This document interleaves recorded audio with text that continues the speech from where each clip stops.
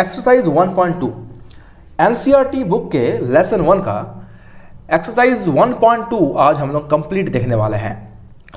Exercise 1.2 जिस concept पर based है उसके बारे में इंट्रोडक्शन वीडियो ऑलरेडी हमारे चैनल पर अपलोड कर दिया गया है। तो चलिए शुरू करते हैं। सबसे पहले question number 1, express each number as a product of its prime factors. आपको जो सवाल दिया गया है इसमें 4 क्वेश्चंस हैं और चारों क्वेश्चन को आपको सॉल्व करना है, यानी कि उसे उसके प्राइम फैक्टर्स के फॉर्म में लिखना है। प्राइम फैक्टर्स निकालने का तरीका आपको पता है। तो सबसे पहले हम लोग क्वेश्चन नंबर 1 से स्टार्ट करते हैं। 140, इसका अगर हम प्राइम फैक्टर निकालना चाहें तो आपको सबसे आसान तरीका बता देता हूं।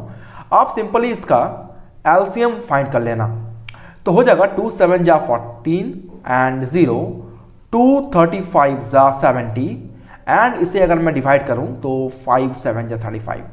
तो इस तरीके से आपके पास इसका फैक्टराइजेशन आ जाएगा, दैट इज 2 इंटू 5 इंटू 7 और इसे मैं इसके product of power of prime के फॉर्म में लिख दूंगा, यानी कि 2 2 बार है तो मैं ऐसे लिख सकता हूं 2 to the power 2 multiplied by 5 एक ही बार है और 7 भी एक ही बार है। तो बस इतना ही काम हम लोगों का है। चलते हैं क्वेश्चन नंबर 2 की ओर।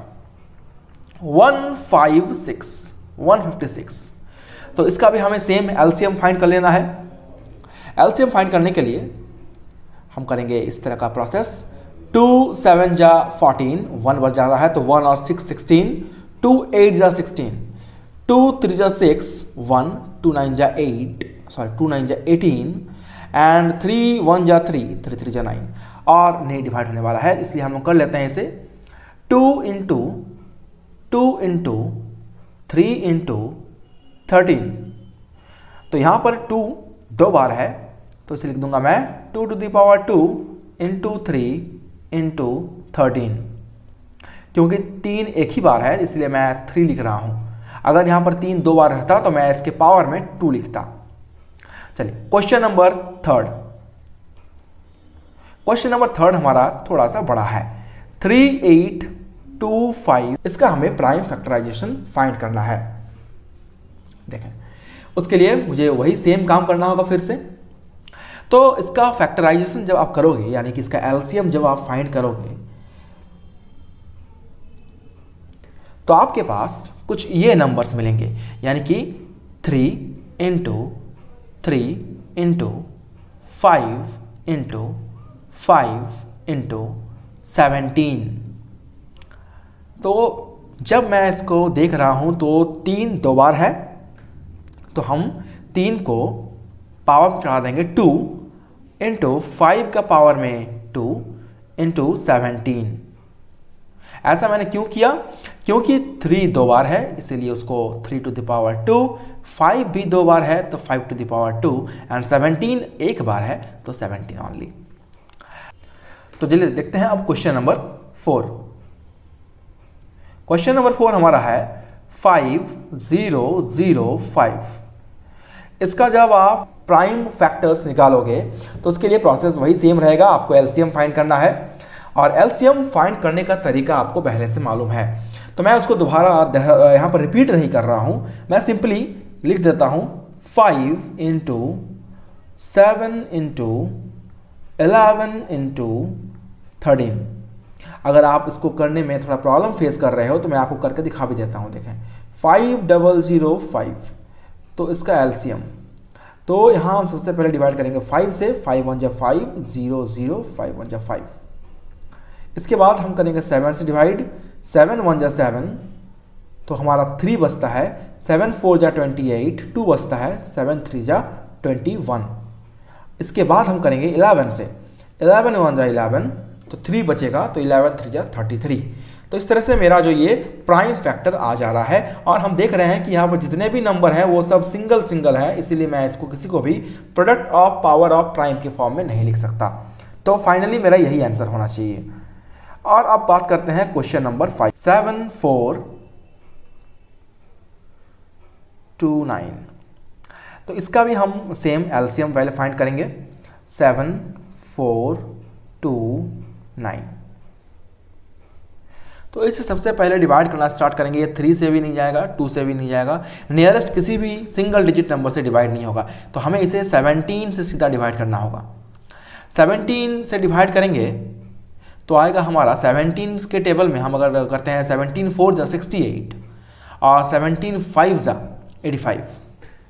तो 17 4 जा 68 तो 74 से अगर हम 68 को माइनस करेंगे तो हमारे पास आएगा 8 6 14 एंड 6 1। तो हमारे पास 6 आ रहा है, 6 एंड 2 तो 17 3 जा 51। ऑलराइट, तो हम करते हैं 17 3 जा 51। तो 62 में से अगर 51 चला जाएगा तो हमारे पास बचेगा कितना 1 और यहाँ 1, तो यहाँ बचेगा आपका 119। तो 17 के टेबल में 7 टाइम्स में आता है 119। आफ्टर दैट 19 से हम डिवाइड करेंगे इसे तो आ जाएगा आपका 19 2 जा 38 एंड 19 3 जा 57। तो अल्टीमेटली मेरा आंसर आ जा रहा है 17 इंटू 19 इंटू 23। तो ये हमारा क्वेश्चन नंबर 5 का आंसर हो गया। हमें मालूम है कि क्वेश्चन नंबर 5 जो है थोड़ा सा डिफिकल्ट था क्योंकि इसमें नियरेस्ट सिंगल डिजिट नंबर से डिवाइड हो ही नहीं रहा है। तो मुझे क्या करना होगा कि इसे 17, 19 और 23 से डिवाइड करना पड़ेगा। ऐसा कुछ क्वेश्चन मिल जाएगा आपको जो कि नियरेस्ट 1 डिजिट नंबर से डिवाइड नहीं हो पाएगा, तो आपको उसे डिवाइड करते रहना है रफ में और देखते रहना होगा कि किस नंबर से वो डिवाइड हो रहा है अल्टीमेटली। खैर, ये हमारा क्वेश्चन नंबर 1 का यहाँ पर आंसर हो जाता है खत्म। अब हम लोग देख लेते हैं क्वेश्चन नंबर 2, एक्सरसाइज 1.2 का ही क्वेश्चन नंबर 2 की ओर बढ़ते हैं। क्वेश्चन नंबर 2 हमारा है find LCM and HCF, find LCM and HCF of following pairs of integers and verify that LCM into HCF equal to product of the two numbers। यहाँ पर एक बहुत इंपॉर्टेंट हम एक फॉर्मूला पहले जान लेते हैं। फॉर्मूला हमारा है कि LCM into HCF equal to होता है product of two numbers, product of two numbers. ये एक फॉर्मूला है हमारे पास, इसे आप नोट डाउन कर लीजिए कॉपी में, ठीक है। चले अब बढ़ते हैं हम लोग मेन कॉन्सेप्ट की ओर। तो इसी क्वेश्चन में हमें एलसीएम फाइंड करना है, एचसीएफ फाइंड करना है और फिर वेरीफाई करना है मुझे इस फॉर्मूला को, ठीक है।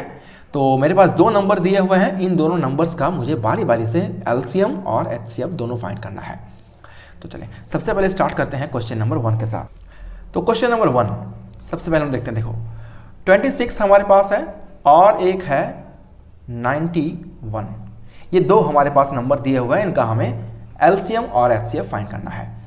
तो सबसे पहले मुझे बताओ 26 का अगर हम एलसीएम निकालते हैं एंड 26 का अगर हम फैक्टराइज करते हैं तो मेरे पास आएगा 2 × 13 डेफिनेटली, और 91 का मैं अगर करता हूँ तो हमारे पास आएगा 7 × 13। तो इन दोनों नंबर के फैक्टर्स में कौन सा 2 नंबर कॉमन है? तो आप बोलोगे सर यहाँ 13 है, यहाँ पर भी 13 है, और ये जो 13 है ये इन दोनों फैक्टर में सबसे बड़ा है। तो हम इस तरह से फाइंड कर सकते हैं HCF इक्वल टू मेरा हो जाएगा 13 और एलसीएम कितना हो जाएगा? एलसीएम हमारा हो जाएगा 2 × 7 × 13 दैट इज 182। तो HCF निकाल लिया, एलसीएम भी फाइंड कर लिया। अब हमें करना क्या है? इस फार्मूला को करना है वेरीफाई। तो इस फार्मूला में लेफ्ट हैंड साइड में हमारे पास है एलसीएम इंटू HCF, ये हमारा लेफ्ट हैंड साइड का वैल्यू है, लेफ्ट हैंड साइड में यही है। तो एलसीएम हमारा कितना आया है? तो एलसीएम हमारे पास आया है 182 मल्टीप्लाइड बाय HCF हमारे पास आया है 13। जब दोनों का हम मल्टीप्लाई करते हैं तो हमारा जो प्रोडक्ट है वो आएगा 2366। चलें अब बात करते हैं राइट हैंड साइड का। राइट हैंड साइड में क्या है? राइट हैंड साइड में है product of two numbers, product of two numbers. तो हमारे पास नंबर है 26 इंटू 91, दैट इज इसे मल्टीप्लाई करेंगे तो मेरे पास 2366 ही आएगा। तो इस तरह से हम कह सकते हैं hence LHS is equals to RHS and it is proved.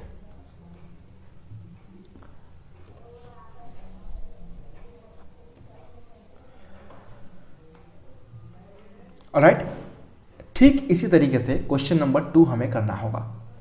तो चलिए पढ़ते हैं क्वेश्चन नंबर 2 की ओर। क्वेश्चन नंबर 2 हमारा है 510 एंड 92। तो क्वेश्चन नंबर 2, 510 एंड 92। तो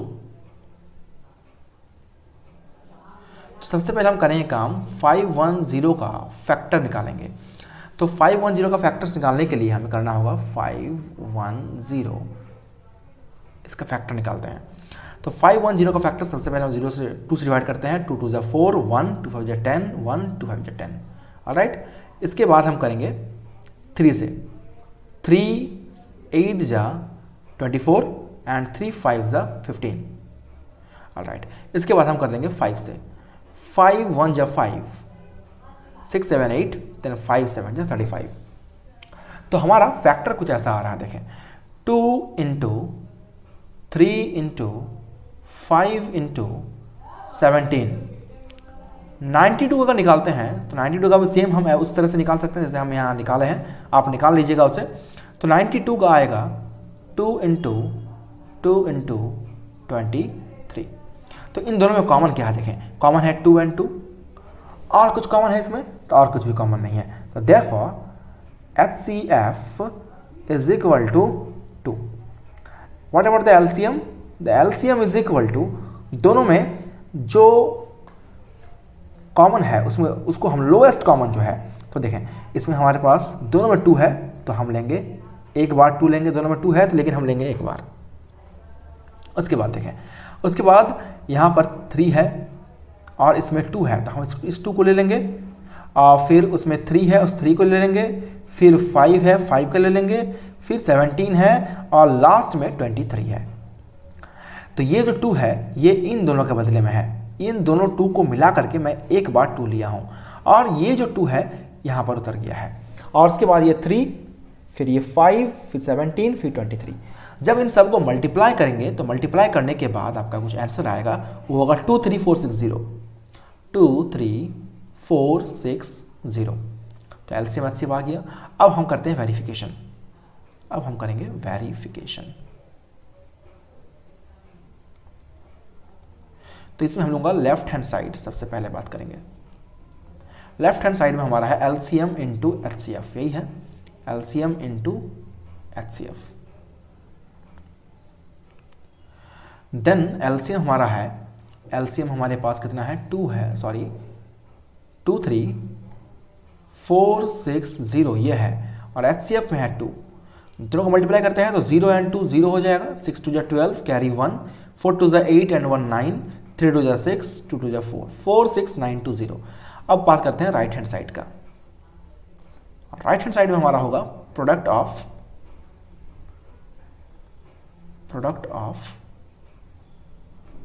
2 नंबर्स, दैट इज हमारे पास क्वेश्चन है 510 इंटू 92। अगर इसे हम मल्टीप्लाई करेंगे तो हमें मिलेगा 46920, वही नंबर same to same.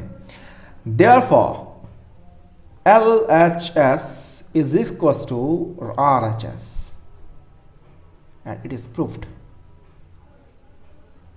Question number 3 हमारा है, देखें इसमें भी वही HCF और LCM ही फाइंड करना है हमें, और उसके बाद उसका LHS और RHS वेरीफाई करना है।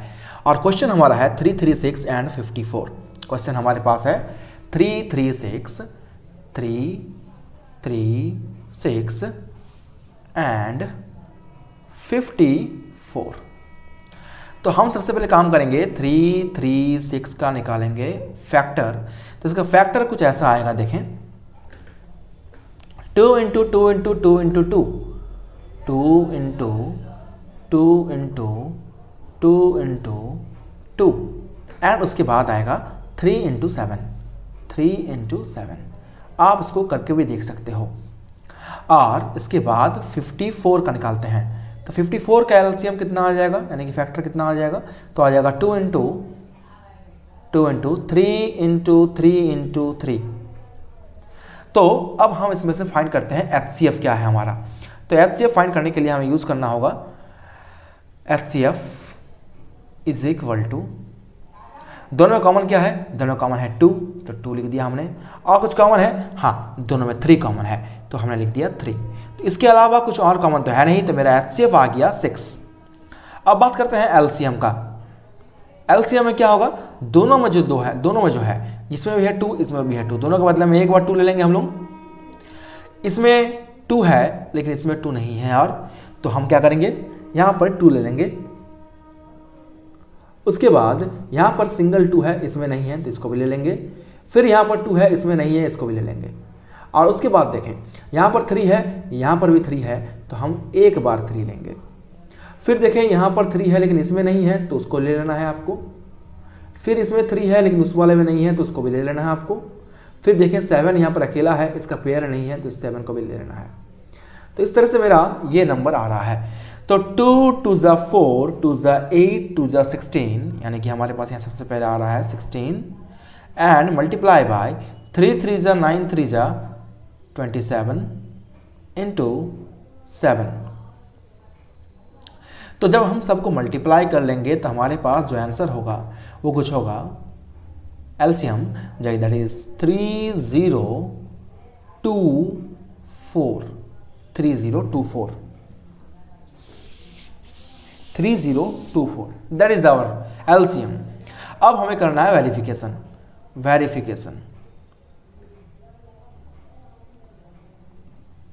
जहां पर हमारे पास सबसे पहले है एलएचएस में है एलसीएम इंटू एचसीएफ। तो एलसीएम हमारे पास है 3024 मल्टीप्लाइड बाय 6। तो इसे मल्टीप्लाई करेंगे तो कितना हो जाएगा, 6 4 ज़ा 24, कैरी 2, 6 2 ज़ा 12 एंड 2 14, कैरी 1, 6 0 0 और ये 1 उतर जाएगा यहाँ पर, 6 3 ज़ा 18। तो ये हमारे यहाँ पर आ गया एलसीएम इंटू एचसीएफ। अब बात करते हैं राइट हैंड साइड का। तो राइट हैंड साइड में क्या होगा, प्रोडक्ट ऑफ 2 नंबर, यानी कि 336 इंटू 54 इंटू 54।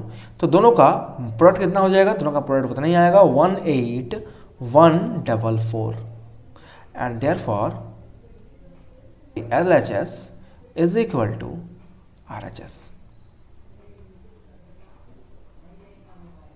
क्वेश्चन नंबर 3 हमारा है find the LCM and HCF of the following integers by applying the prime factorization method। Prime factorization method को यूज करते हुए हमें इन 3 नंबर्स के बारी बारी से एलसीएम और एचसीएफ फाइंड करना है। यानी काम बहुत आसान है, ज़्यादा मुश्किल वाला काम नहीं है। यहाँ पर देखें पहला सवाल 12, 15 एंड 21। तो सबसे पहले हम काम करेंगे 12 का फैक्टर, 2 2 ज़ा 4, 4 3 ज़ा 12। तो ये हो गया इसका फैक्टर। 15 के लिए करेंगे क्या, 3 इंटू 5, और रहा सवाल 21 का, तो ये हो जाएगा 3 into 7। Therefore HCF is equal to, इसमें 3 है, इसमें 3 है, इसमें भी 3 है, तो 3 हो गया हमारा HCF। एंड द एलसीएम जो तीनों में है उसके बदले में हम एक बार लेंगे, और फिर देखो यहाँ पर 2 है लेकिन बाकी दोनों में नहीं है, तो 2 ले लेंगे। ये 2 भी देखो यहाँ पर अकेला है, बाकी दोनों में नहीं है, इसको ले लेंगे। ये 5 यहाँ अकेला है, इसे ले लेंगे, और ये 7 यहाँ अकेला है, इसे भी ले लिया जाएगा। तो 2 इंटू 2 इंटू 3 इंटू 5 इंटू 7, तो कितना आएगा हमारा, ये आ जाएगा 420। बस इतना ही काम करना है आपको। अब बात करते हैं क्वेश्चन नंबर 2 का, इसी का question number 2, that is 17, 23 and 29। अब ऐसी बात है, तीनों प्राइम नंबर हैं तो इनके एक ही कॉमन फैक्टर होंगे, दैट इज 1। तो 17 इक्वल टू हो जाएगा 17 इंटू 1, 23 इक्वल टू हो जाएगा 23 इंटू 1, एंड 29 इक्वल टू हो जाएगा 29 इंटू 1। तो इस तरह हमारा HCF जो होगा, तो HCF इक्वल टू हो जाएगा, तीनों में 1 1 1 कॉमन है तो HCF equal to 1, and LCM equal to हो जाएगा, तीनों में 1 है तो तीनों में 1 के बदले में 1 ले लेंगे एक बार, और बाकी सारे नंबर को एज इट इज़ ले लेना है। 17 इंटू 23 इंटू 29। तो इसको जब हम मल्टीप्लाई कर देंगे तो हमारे पास आएगा 11339, आएगा हमारे पास 11339, and that is our answer. ठीक है, अब बात कर लेते हैं क्वेश्चन नंबर 3 का। Question number 3, 8, 9 and 25. So 8 is equal to 2 to the 4, 4 to the 8। 9 का कितना हो जाएगा 3 इंटू 3, एंड 25 का हो जाएगा 5 इंटू 5, 5 इंटू 5। तो इसमें हम देख रहे हैं तो कॉमन हमारे पास इसमें 1 भी होगा, multiply by 1, multiply by 1, and इसमें मल्टीप्लाई बाई 1। इसमें एक ही चीज़ कॉमन आ रहा है, वो है 1। तो HCF यहाँ पर हो जाएगा, तीनों का 1 हो जाएगा HCF, and LCM is equal to, सब में तो अलग अलग नंबर हैं तो मुझे सारे नंबर को मल्टीप्लाई करना पड़ेगा। तो सबसे पहले मल्टीप्लाई करेंगे 2 इंटू 2, हमारे पास कितना है 2, हमारे पास 3 है, तो 1 2 3, 3 2 लिख दिया हमने। उसके बाद 3 हमारे पास 2 बार है, तो 3 इंटू 3 मल्टीप्लाइड बाई 5 हमारे पास 2 बार है, तो 5 इंटू 5, और 1 हमारे पास 3 बार है तो तीनों के बदले में 1 बार लिख देंगे। तो इस तरह से जब मल्टीप्लाई करेंगे तो हमारे पास आएगा 1800, that is our answer. Question number 4 में कहा गया है कि हमारे पास HCF दिया हुआ है 306 और 657 का, और वो HCF है 9। आपको फाइंड करना है LCM, 306 और 657 का LCM फाइंड करना है।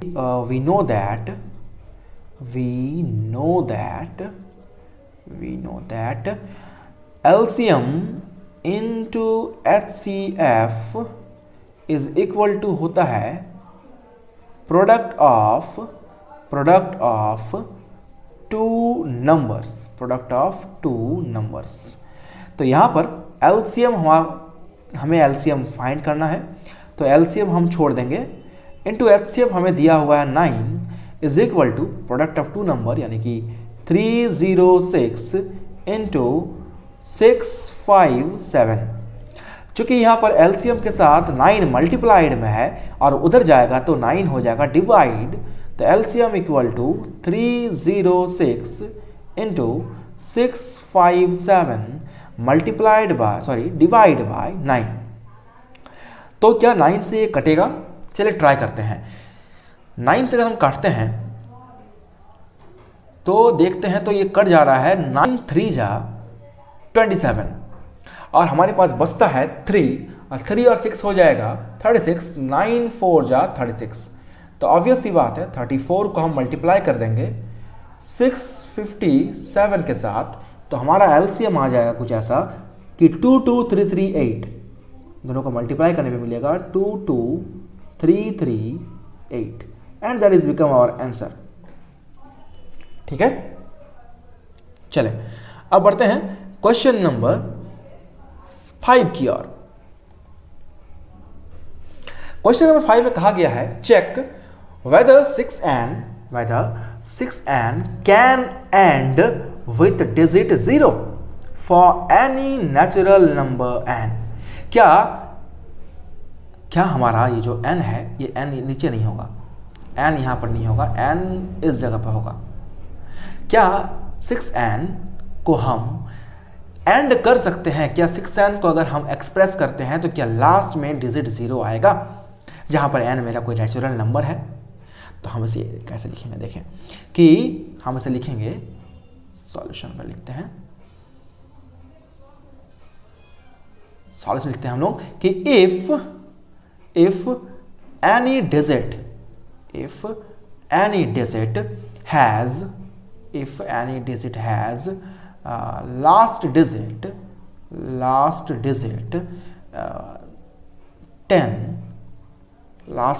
10, that means it is divisible, the last digit 0, माफ करना, last digit is 0, that means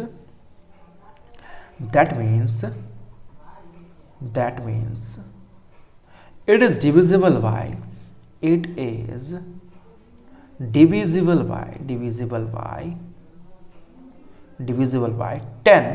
divisible by 10, and the factors of 10 and the factors of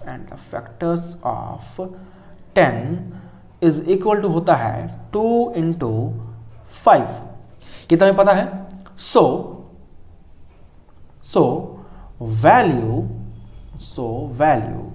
6n should be divisible by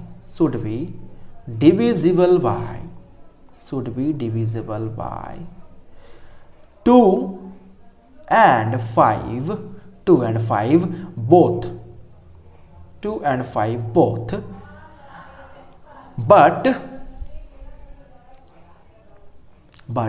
6n को divisible होना पड़ेगा 2 और 5 दोनों से। लेकिन हम यहां पर क्या देख रहे हैं, देखें, but 6n is divisible by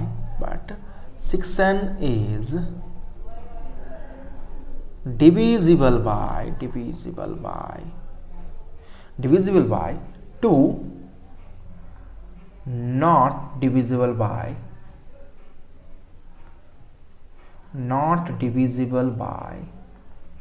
5, so it cannot end with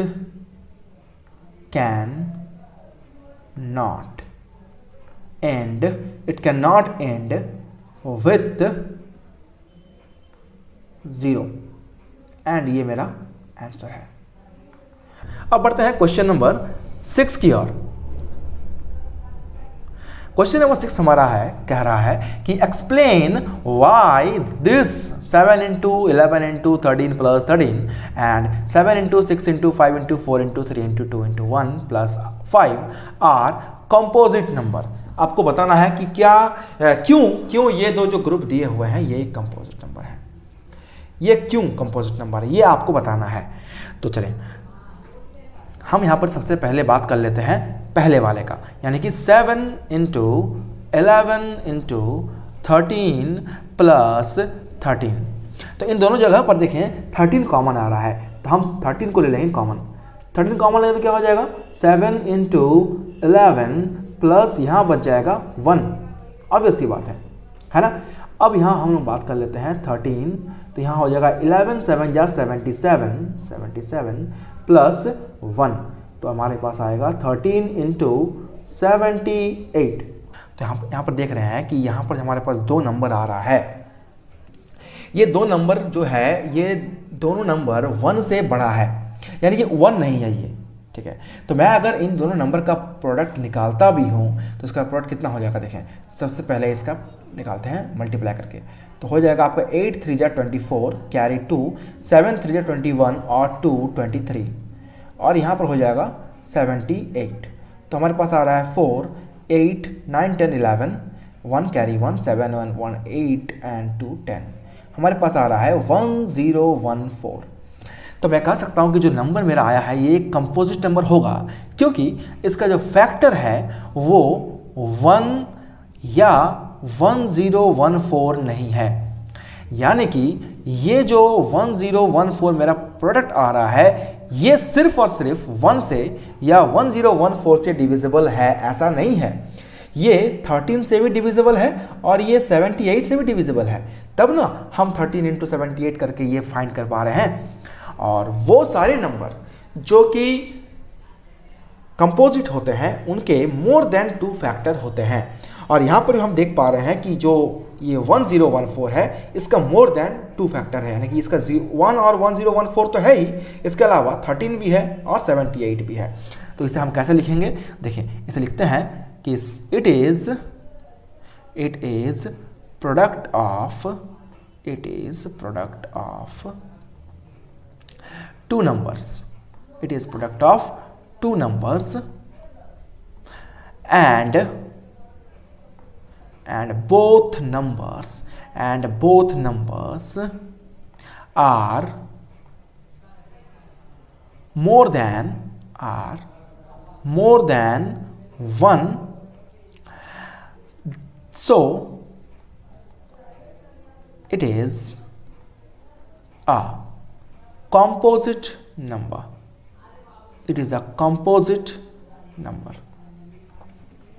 Alright, इससे आप ये भी लिख सकते हो कि since 1014 have more than 2 factor, therefore it is a composite number. उसी तरीके से हम जब इसका काम करेंगे ये भी हमें सेम वैसे ही काम करना होगा। आपको सबसे पहले उन सारे नंबर में कॉमन ले लेना है। तो कॉमन क्या जा रहा है, 5 कॉमन जा रहा है, तो आप 5 को कर लेना कॉमन। हम यहाँ पर थोड़ा सा हिंट्स दे देते हैं कि इसे आप खुद से करिएगा। मैं यहाँ पर आपको इसका हिंट्स दे देता हूँ। दोनों में 5 कॉमन है तो आप 5 कॉमन ले लेना और अंदर में क्या बच जाएगा, 7 into 6 into 4 into 3 into 2 into 1 plus 1। उसके बाद आप इन सारे नंबर को करना मल्टीप्लाई, और 1 से ऐड करना, तो आपका एक नंबर आएगा दैट इज 5 इंटू 1009। जब इन दोनों नंबर का मल्टीप्लाई करोगे आप तो एक नंबर मिलेगा आपको, और उस नंबर का 2 फैक्टर होगा, एक 1 और एक वो नंबर जो भी यहाँ पर आएगा वो नंबर इटसेल्फ, ये तो होगा ही। साथ ही साथ ये 5 भी इसका फैक्टर होगा और ये 1009 भी इसका फैक्टर होगा। तो हम कह सकते हैं कि ये जो भी नंबर यहाँ पर हमारा आएगा उस नंबर का ये 2 फैक्टर तो है ही, साथ ही साथ यहाँ पर भी एक फैक्टर है और ये भी एक फैक्टर है। तो इस हिसाब से ये नंबर का मोर देन 2 फैक्टर है, और किसी भी नंबर का अगर मोर देन 2 फैक्टर होता है तो वो एक कंपोजिट नंबर कहलाता है। ऑलराइट, चलिए चलते हैं आज के इस एक्सरसाइज का सबसे लास्ट क्वेश्चन की ओर। Question number 7। There is a circular path around a sports field. Sports field के चारों तरफ एक सर्कुलर पाथ है। Sonia takes 18 minutes to drive 1 round of the field, while Ravi takes 12 minutes for the same. Sonia 18 minute का वक्त लेती है पूरा चक्कर लगाने में, वहीं रवि लेता है 12 मिनट का वक्त। Suppose they both start at the same point and at the same time. Suppose कर लें कि दोनों एक ही स्टार्टिंग पॉइंट से स्टार्ट कर रहा है। सपोज कर लें कि ये है उसका स्टार्टिंग लाइन और यहाँ से रवि भी स्टार्ट कर रहा है और यहाँ से सोनिया भी स्टार्ट कर रही है। ठीक है, यहीं से ये स्टार्ट करते हैं दोनों दौड़ना, और सेम टाइम में दोनों का टाइम भी सेम है। And go in the same direction, और वो सेम डायरेक्शन में ही जा रहे हैं। After how many minute will they meet again at the starting point. कितने समय के बाद वो दोनों दोबारा से वापस आ जाएंगे और मिल जाएंगे उसके स्टार्टिंग पॉइंट में। कि सबसे पहले हम 18 जो है उसका फैक्टर निकाल लेते हैं। तो 2 into 3 that is the factor of 18, और 12 का फैक्टर निकालते हैं। 12 का फैक्टर हो जाएगा 2 इंटू 3।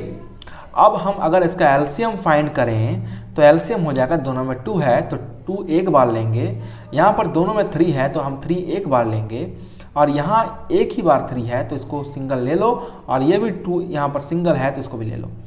तो हमारे पास हो जाएगा 3 2 6 इंटू 3 2 6, तो हमारे पास आ जाएगा 36। तो लिखेंगे therefore they will meet together at the starting point after